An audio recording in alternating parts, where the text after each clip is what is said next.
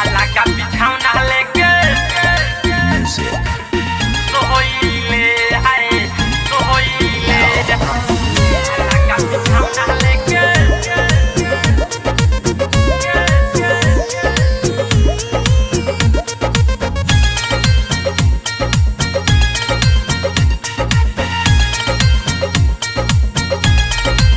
दियावा हमार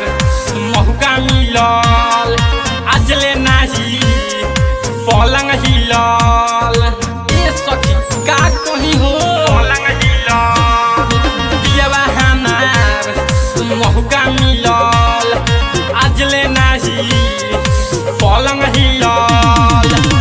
ओइसन भातार पाके रोइले ओइसन भातार पाके रोइले हाय आला का बिछौना लेके सोइले हाय आला का बिछौना लेके सोइले आला का बिछौना लेके आला का बिछौना लेके सोइले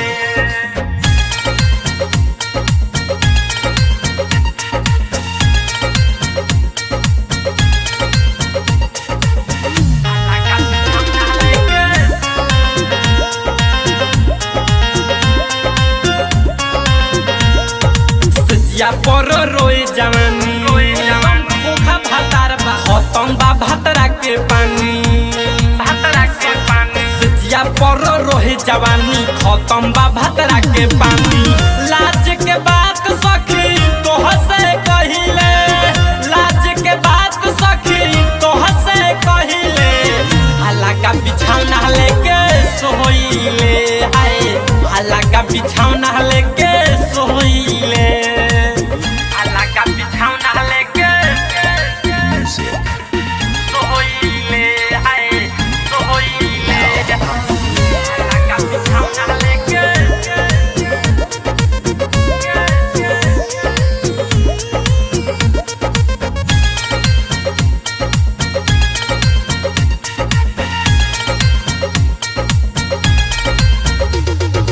ससुरा से नई हर भाग जाई ओह देता हर भागला ओइसन भातार बना रह पाई ससुरा से नई हर भाग जाई ओइसन भातार बना रह पाई राइटर राकेश राजू तोह से कहिले राइटर राकेश राजू तोह से कहिले आला का बिछौना लेके सोइले हाय आला का बिछौना लेके सोइले दियावा हमार महुका मिलल आजले नाही पलंग हिलल ओइसन भातार पाके रोइले ओइसन भातार पाके रोइले हाय आला का बिछौना लेके सोइले हाय आला का बिछौना लेके सोइले।